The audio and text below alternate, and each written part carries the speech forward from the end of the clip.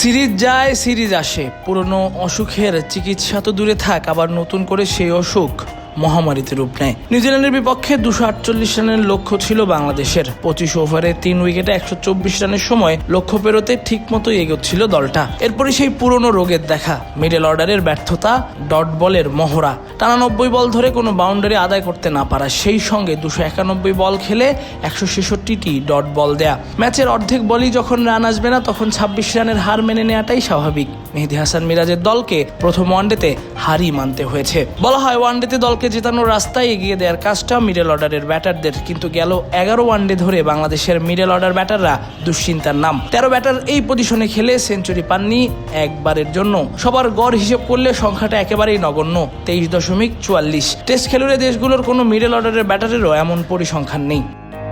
5+ star rating প্রাপ্ত দেশের সর্বোচ্চ বিদ্যুৎ সাশ্রয়ী ওয়ালটন এসি। স্মার্ট কমফোর্ট এখন নেক্সট লেভেলে। মিডল অর্ডারে বিবেচনা করেই আফিফ হোসেন ধ্রুবকে জাতীয় দলের ওয়ানডে ফরম্যাটে ফেরানো হয়েছিল, কিন্তু ব্যর্থতা তার নিত্য সঙ্গী। নিউজিল্যান্ডের বিপক্ষে প্রথম ম্যাচে 49 বলে 27 করলেন। প্রয়োজন ছিল মাঝের ওভারগুলোতে রানের গতি বাড়ানো, তা না করে আফিফ উল্টো রানের গতি কমিয়েছেন। এর আগে পাকিস্তান সিরিজেও 2 ম্যাচ মিলে মোট 19 রান করতে পেরেছিলেন। 2022-এর অগাস্টে জিম্বাবুয়ের বিপক্ষে অপরাজিত 85 রানের পর নেই কোনো হাফ সেঞ্চুরি।